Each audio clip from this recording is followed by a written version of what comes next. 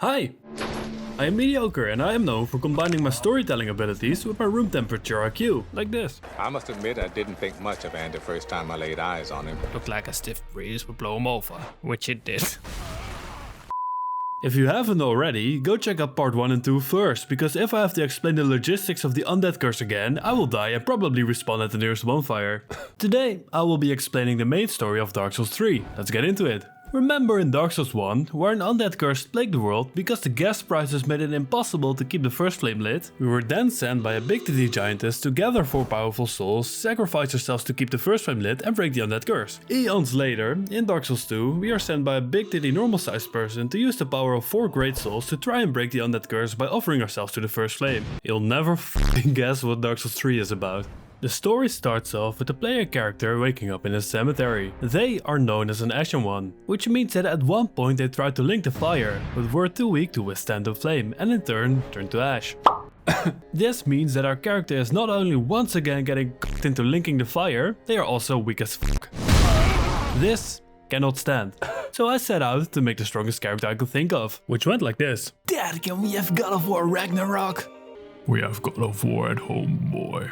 The Ashen One has been asleep for an undisclosed amount of time, but was awakened by the tolling of the bells, because you see, the fire is once again fading. This resurrected the Ashen One and other powerful entities from their deaths. And that is all you need to know before we start our journey. The first boss of the game is Hidetaka Miyazaki. His backstory is that he got super pissed off when we surgically removed his sword for looting purposes. He also suffers from an affliction where the darkness of the abyss is seeping into his body. This disease is called the Pus of Man, or as it's known in layman's terms, after beating Hidetaka Miyazaki, we make our way to Firelink Shrine. Here, we can see 5 thrones. Turns out, the fire is fading so badly this time, we need to sacrifice 5 motherfuckers instead of 1. These other motherfuckers are called Lords of Cinder. These are characters that died linking the fire in the past, but now they're back because someone rang a bell. Why? With the goal of harvesting the souls of the Lords of Cinder, we are sent to Lothric by the Firekeeper. She can also help us level up, where she says this. Then touch the darkness within me.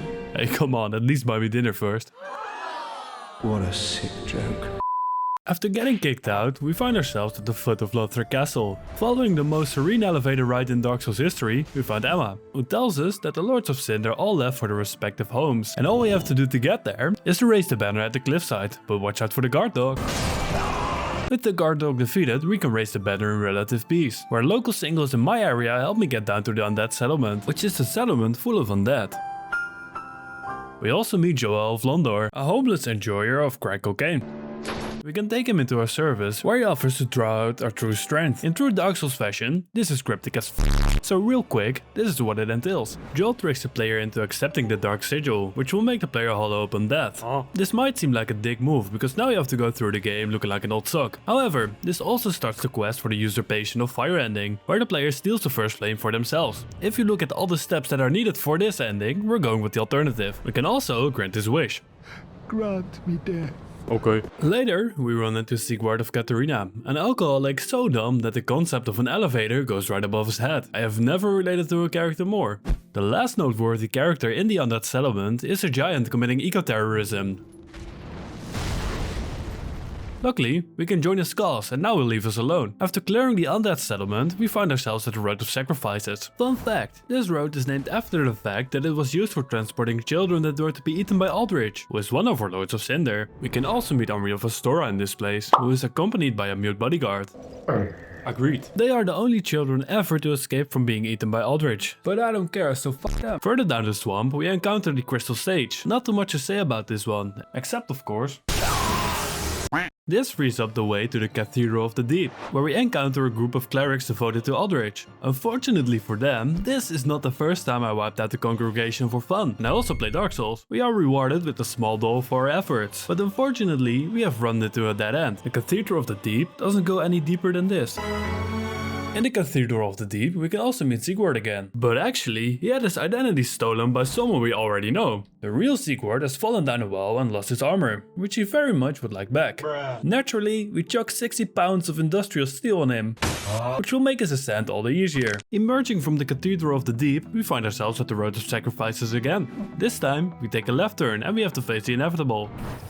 Yay! After clearing the swamp, we can move on to Farron Keep, where we can find the first Lord of Cinder, the Abyss Watchers. All of the Abyss Watchers share one soul. In the first phase, the one that deals the killing blow on the current soul carrier becomes a new one. Basically, they are locked in an eternal custody battle, just like my parents. In the second phase, all of the remaining souls fuse together into one, resulting in one Abyss Watcher on crack cocaine. Luckily, this fight is pretty easy, so you'll likely not have to clutch it. We then find out that the Abyss Watchers were sitting on a tomb full of dead bodies. This leads to the catacombs of Carthus, where we can find High Lord Mjolnir. His one weakness is having his drip destroyed. From there, we can enter the Boreal Valley. The Boreal Valley was usurped by Pontiff Sullivan, who is also a devout worshipper of Aldrich. We can only enter the valley if we have the small doll from the Deacons of the Deep with us. Turns out, playing with dolls as an adult does pay off, and it doesn't matter what your father thinks about it. Didn't mean to fall apart.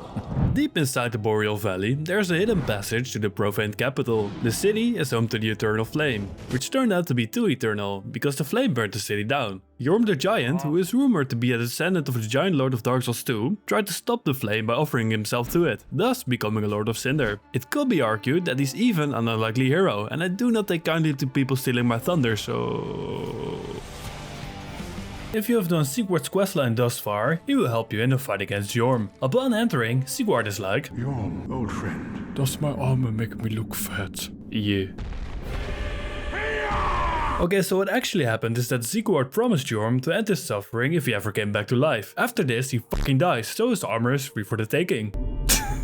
Following this feat of heroism, we make our way back to the surface into the Boreal Valley. Inside the central cathedral, we can face off against Sullivan. In the second phase, he reveals himself to be a virginity-ridden beta cuck when he uses a summon for a boss fight. So I trapped the pontiff into a corner and separated him from his protection. After which, I stepped into death with reckless abandon. I then went home and played Dark Souls. After all our trials and tribulations, we are rewarded with gazing upon the splendor of Anor Londo once again. This is the capital of Lordran, which is where Dark Souls 1 took place. It is now Lothric, don't question it. Another familiar face we can encounter in this version of Anor Londo is Gwyndolin. Let's see how he is.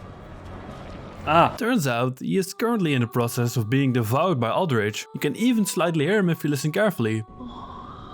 It's pretty sad actually. But then I remembered how he used a big titty giantess illusion to have us do his bidding, and now I'm thinking motherfucker got off easy. An eternal curse upon thee. Defeating Aldrich also finishes up Amri's character arc, which means that you go hollow. If you've done the Usurper Fire questline thus far, you can marry her corpse. I wish I was kidding. After that ordeal, we are teleported back to a dying Emma. She urges us to find the last Lord of Cinder, Prince Lothric. As part of her last will, she gives us a bowl of the dankest skoosh known to man. Unfortunately, we are interrupted by the dancer of the Boreal Valley.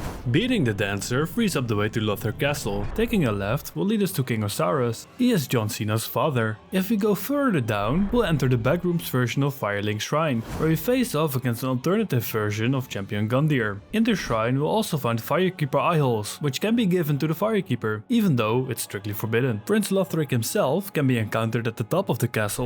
He tells us that he has no intention of becoming a Lord of Cinder. Despite that, I tried to urge him to link to fire. You should really link to fire. What are you talking about? Oh! I've fallen and I can't get up! What a sick joke. Following this boss fight, we have defeated enough Lords of Cinder to go to the Kiln of the First Flame. But before we go, we can travel to an optional area where you can fight the Nameless King. He is rumored to be Lord Gwyn's exiled firstborn son from Dark Souls 1. Being one of the harder boss fights in the Soulsborne series, my attempt went like this. Nameless King, you and your forefathers have devastated the balance of this world and now shall pay the ultimate price. No, you. Fuck. Yeah, let's just go to the Kiln of the First Flame. Here, we can find the Soul of Cinder, which is a manifestation of all the souls that have linked the fire previously. Turns out, the soul of a breakdancer was among them. As luck would have it, someone that has a second phase with full health also linked the fire at one point. Beating a second phase marks the end of the fight. We now have a choice between 3 endings. We can link the first flame and the cycle probably plays out again. We can let the fire fade, but only if you have given the Firekeeper eyeballs. The cycle probably plays out again. If you have done unspeakable things to Amri's corpse, you can let the fire fade, but keep the fire of the first flame for yourself. Here, the cycle will probably play out again. And that concludes the Dark Souls trilogy. If you want to see more video game stories explained badly, click on this playlist. Up yours, folk moralists. We'll see who cancels who. So saith Lord Dagon.